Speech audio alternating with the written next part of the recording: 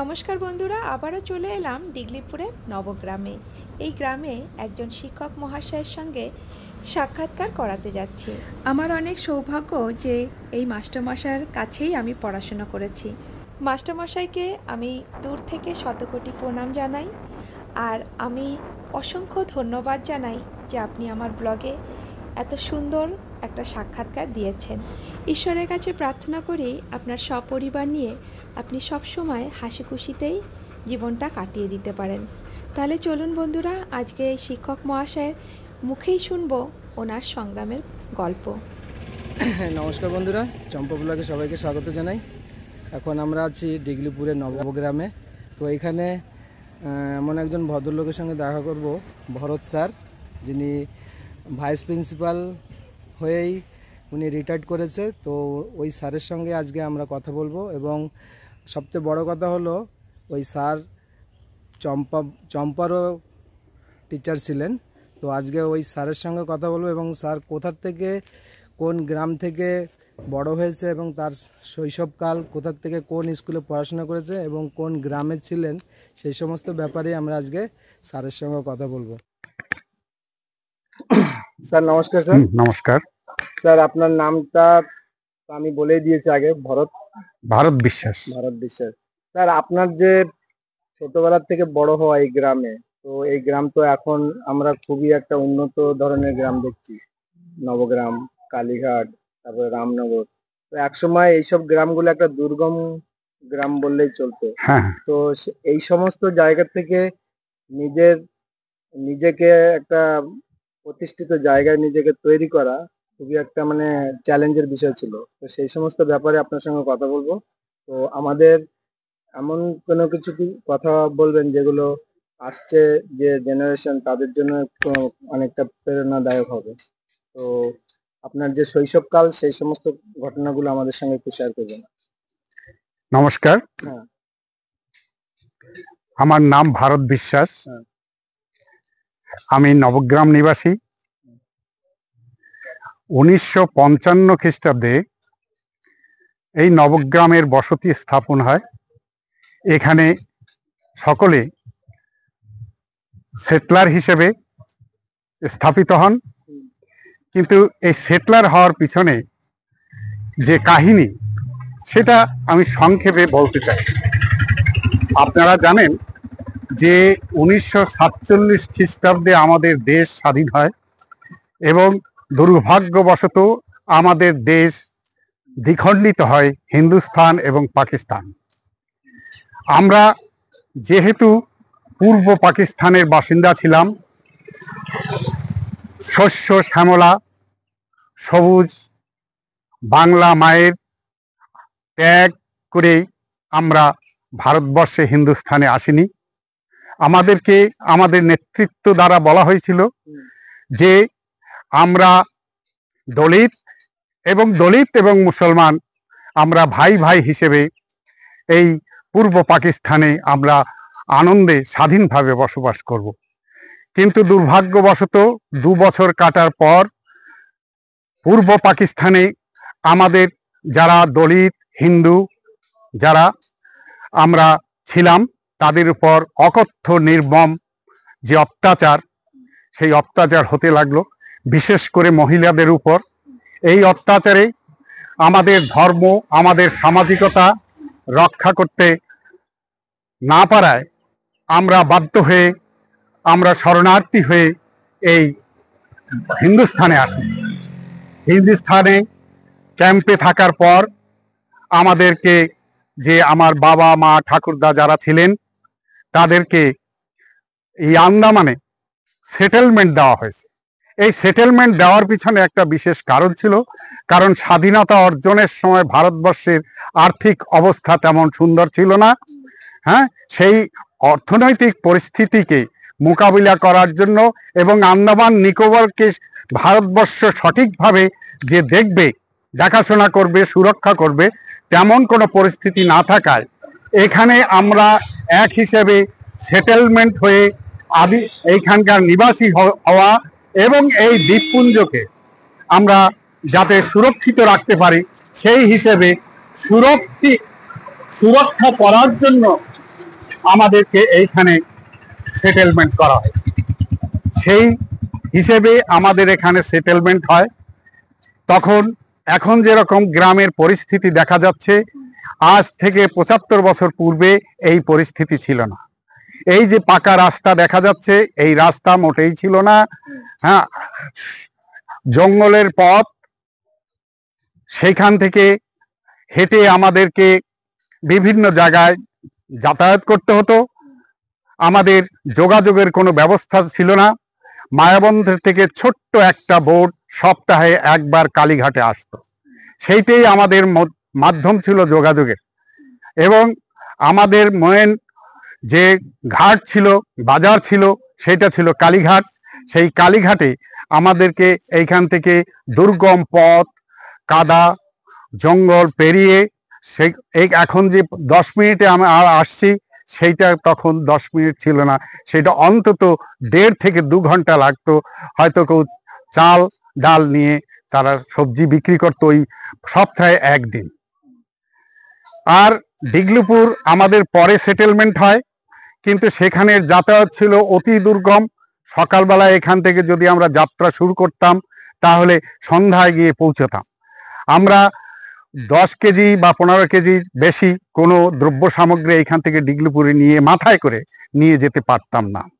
এরকম দুর্গম পরিস্থিতিতে আমাদের বাবা মা এইখানে সেটেলমেন্ট হয়ে যে এখন শস্য শ্যামলা নবগ্রাম দেখা যাচ্ছে, এইগুলো পূর্বে ছিল না।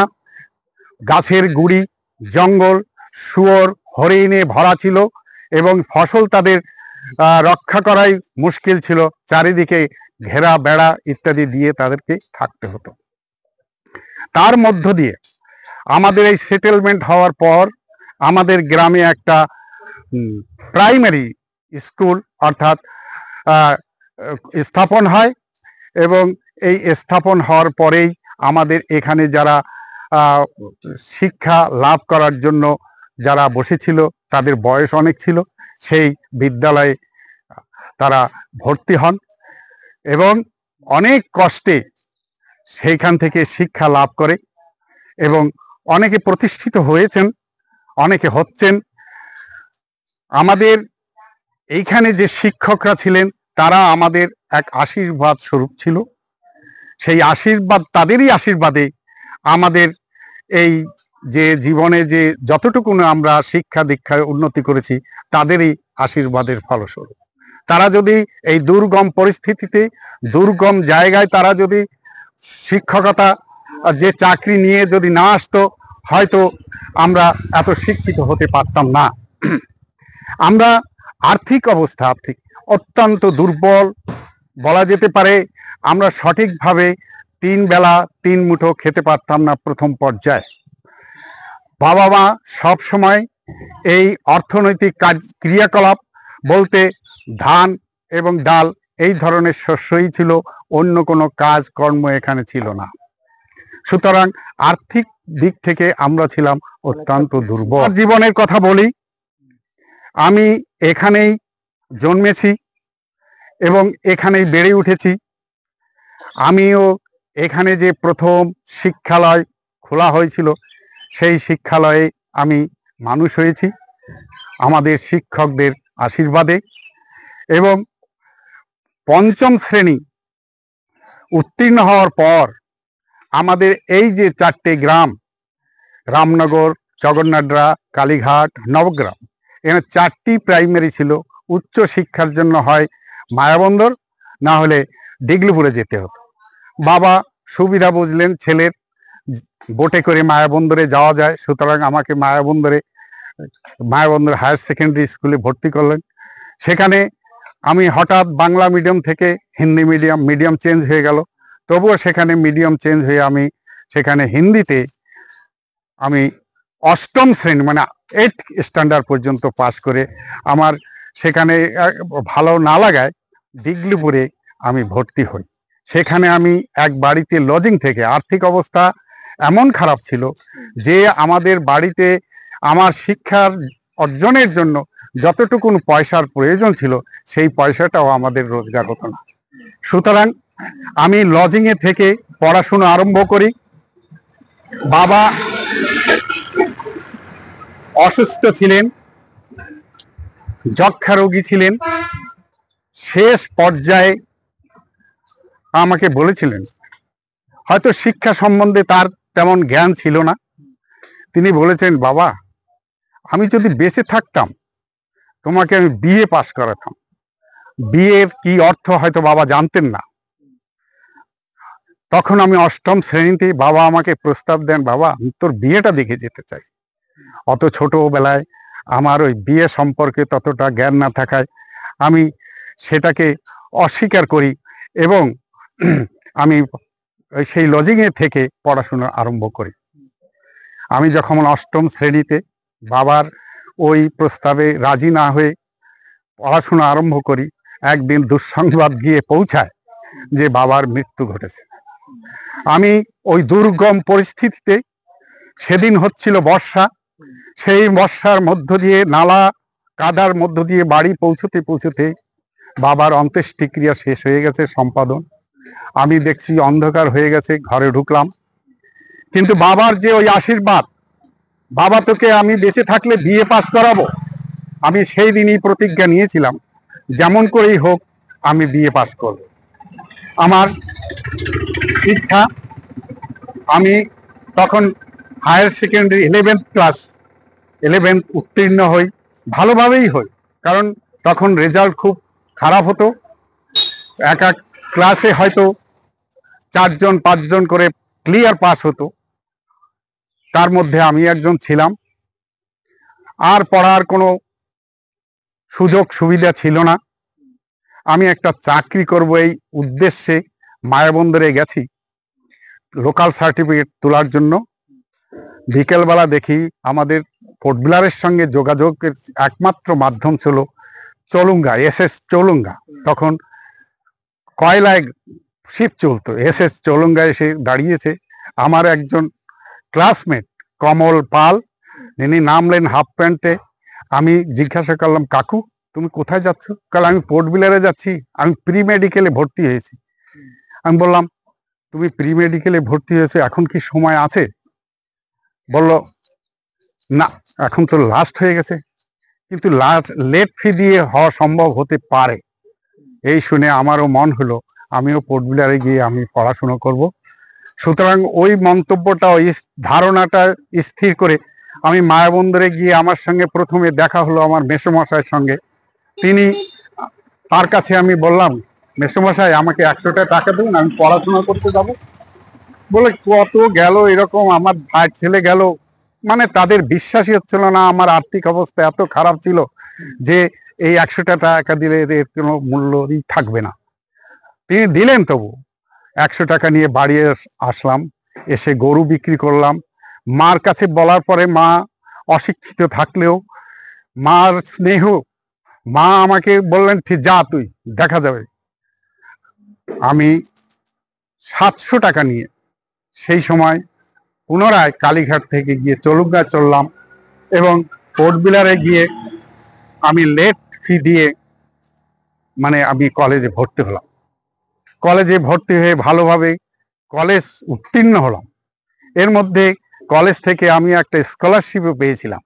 সেই স্কলারশিপটাও আমার জীবনের একটা উজ্জ্বলতম মুহূর্ত ছিল, কারণ তার দ্বারাই আমার এই শিক্ষা সম্পন্ন হয়েছিল। তারপর আমার মনের মধ্যে অনেক পড়াশোনার ইচ্ছে ছিল, কিন্তু ওই যেদিন বিএ পাশ করেছিলাম সেদিনকে আমার বাবার সেই স্বপ্নের কথা, আমার অর্থ যা বা অর্জন করি, বা এই যে আমি উচ্চশিক্ষায় শিক্ষিত হয়েছিলাম, সেই শিক্ষাটা আমি আমার বাবার চরণে আমি প্রদান করলাম। প্রথম ইন্টারভিউ দিলাম এগ্রিকালচার রিসার্চ ইনস্টিটিউটে। প্রথম ইন্টারভিউতেই আমি সিলেকশন হয়ে গেলাম, ফিল্ড অ্যাসিস্ট্যান্টে চাকরি পেলাম। কিন্তু আমার মনে অনেক বড় উদ্দেশ্য ছিল যে আমরা আমাদের পিছনে আমাদের শরণার্থীর একটা ছাপ দেওয়া রয়েছে। স্বাধীন ভারতে স্বাধীন করতে আমাদের পূর্বপুরুষেরা নিজেদের আত্মাহুতি দিয়েছেন, বলিদান দিয়েছেন। তার সেই স্বাধীন ভারতে আমাদের মা বোনেদের যে ইজ্জত, যে সম্ভ্রম, সেটা রক্ষার্থে, আমাদের ধর্ম রক্ষার্থে এই আন্দামানে এসেছি। তাহলে যদি আরেকটু সুযোগ হয় আমি আরেকটু শিক্ষা লাভ করব, কিন্তু আমাদের বাড়ির এমন কোনো পরিস্থিতি ছিল না যে মেইনল্যান্ডে গিয়ে আমরা শিক্ষা অর্জন করি। তবুও আমি চেষ্টা করলাম, এখান থেকে আগ্রায় গিয়ে আমি এমএসডব্লিউ করার চেষ্টা করেছিলাম, কিন্তু আর্থিক অবস্থা এত খারাপ ছিল যে সেখানে গিয়ে সেই সমস্ত দেখার পরে আমি আবার ফেরত এসেছি। যা কারণ আমার সংস্থান ছিল না। পোর্ট ব্লেয়ারে আসার সঙ্গে সঙ্গে সে বছরই বিএড আরম্ভ হয়েছিল, অ্যাপ্লাই করলাম, আমার সিলেকশন হয়ে গেল বিএডে। আমরা প্রথম বছরে যে বিএডটা খুলেছে সেই ছাত্রই আমরা। এই আন্দামান নিকোবরের প্রথম বিএড ইনস্টিটিউট থেকে আমি বিএড কমপ্লিট করি এবং বিএড উত্তীর্ণ করি, এবং চাকরি আমি জিটিটি হিসেবে আমার বকুলতলায় পোস্টিং হয়। তারপর আর কি করা যায়, করসপন্ডেন্সে আমি এমএ করে আমি সিনিয়র টিচার হই, পরবর্তীতে ভাইস প্রিন্সিপাল হয়ে আমার এই যোগ্যতায়। তারপর 1917 খ্রিস্টাব্দে আমার রিটায়ারমেন্ট হয়। কিন্তু এর মধ্যে বুকের মধ্যে অনেক জ্বালা যন্ত্রণা রয়েছে। কি যন্ত্রণা রয়েছে? যন্ত্রণা এটাই রয়েছে যে অখণ্ড ভারতবর্ষে আমাদের এই যে স্বাধীনতা সংগ্রামী, এই স্বাধীনতা সংগ্রামী সকলেই ছিল ভারতবাসী, কিন্তু আমাদের যে বুকের উপর একটা ছাপ দেওয়া রয়েছে, সেই ছাপটা হচ্ছে শরণার্থী। এক স্বাধীন দেশে এক স্বাধীন নাগরিক, তার বুকের উপর শরণার্থীর ছাপ নিয়ে কতদিন বা থাকব? বর্তমান পরিস্থিতিতে ভারত, এই আন্দামান নিকোবরের যে বাঙালিরা রয়েছেন, তারা ধীরে ধীরে আমাদের আদর্শ, আমাদের সংস্কৃতি, আমাদের যে ঐতিহ্য, সেই ঐতিহ্যগুলিকে আমরা ধীরে ধীরে ধীরে ধীরে কেমন ভুলে যেতে আরম্ভ করেছি। আমাদের মধ্যে যদি এমন কেউ আমাদের ছেলে মেয়ে জন্মগ্রহণ করেন যে আমাদের আদর্শ, আমাদের ঐতিহ্যকে, আমাদের যে বাঙালি আনা, সেটাকে ভারতবর্ষের মধ্যে প্রতিষ্ঠিত করে সকল জাতির সঙ্গে আমরা একযোগে এক হয়ে থাকতে পারি, এমন যদি কেউ এসে এই মানুষের মধ্যে যদি একটা জাগরণ সৃষ্টি করতে পারে, সেই অপেক্ষায় থাকো। আচ্ছা, ঠিক আছে স্যার, আমরা এখন কোথায় যাব? আমরা এখন কালীঘাটের 6 ফ্যামিলিতে যাব।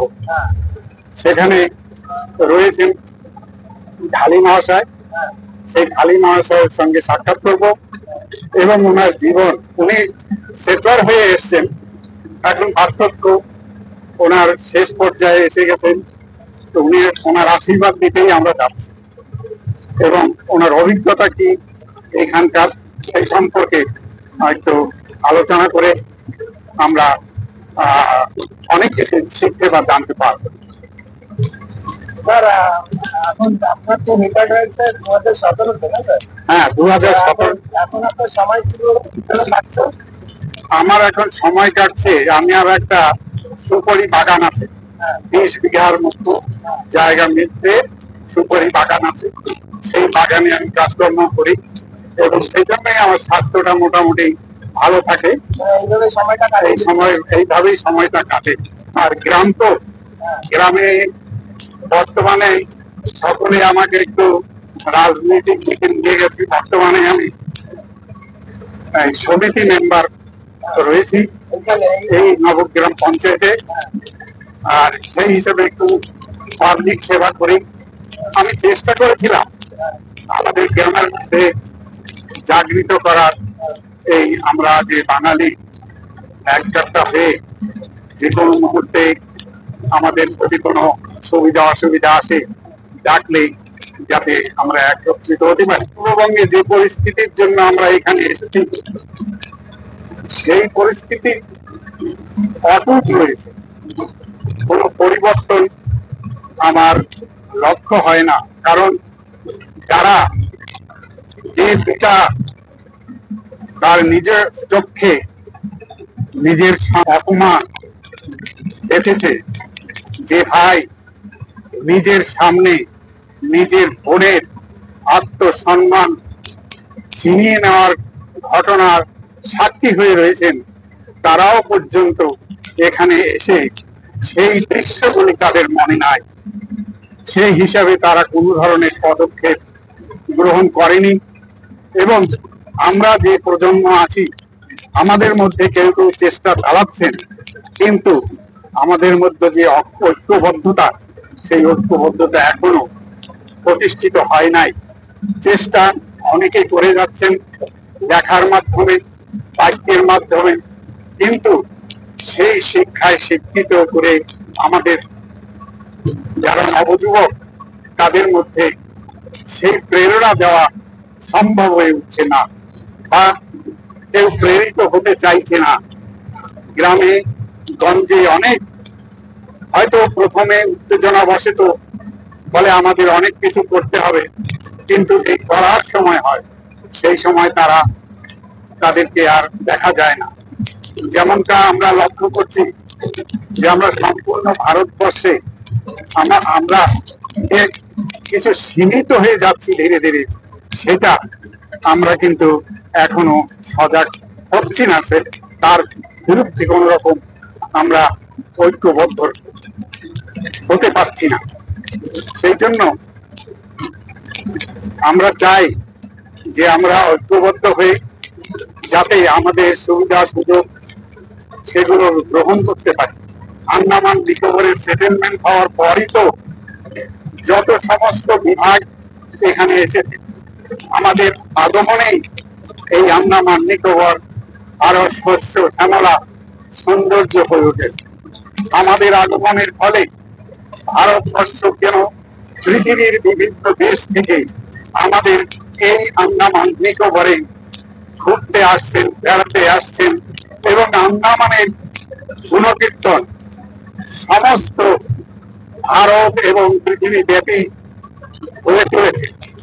সুতরাং এই সুযোগে আমাদের যে কালচার অর্থাৎ সাংস্কৃতিক, আমাদের যে ঐতিহ্য, আমাদের যে ভাষা, এই ভাষা এবং সংস্কৃতিকে আমাদেরকে কি করতে হবে, আমাদেরকে আরো বেশি উজ্জ্বল করার জন্য এ বিষয়ে আমাদেরকে সজাগ হতে হবে, শিক্ষিত হতে হবে, জ্ঞানী হতে হবে। আমাদের পূর্বপুরুষের যে সমস্ত কীর্তি, সেই কীর্তিগুলো আমাদের সমাজের বুকে, সমাজের সামনে তুলে ধরতে হবে। তবেই আমাদের এই আন্দামান নিকোবরে যারা আমরা বাঙালি হিসেবে সেটেলমেন্ট হয়েছি, তাদের প্রতিষ্ঠা অর্জিত হবে। এবং নিজে যখনই নিজের গা পরিষ্কার করব, তখন অন্যকে আমি বলতে পারবো তোমার গায়ে ময়লা আছে, তুমি পরিষ্কার করো। এবং এতে ঐক্যবদ্ধ অন্যের সঙ্গে হওয়া যাবে।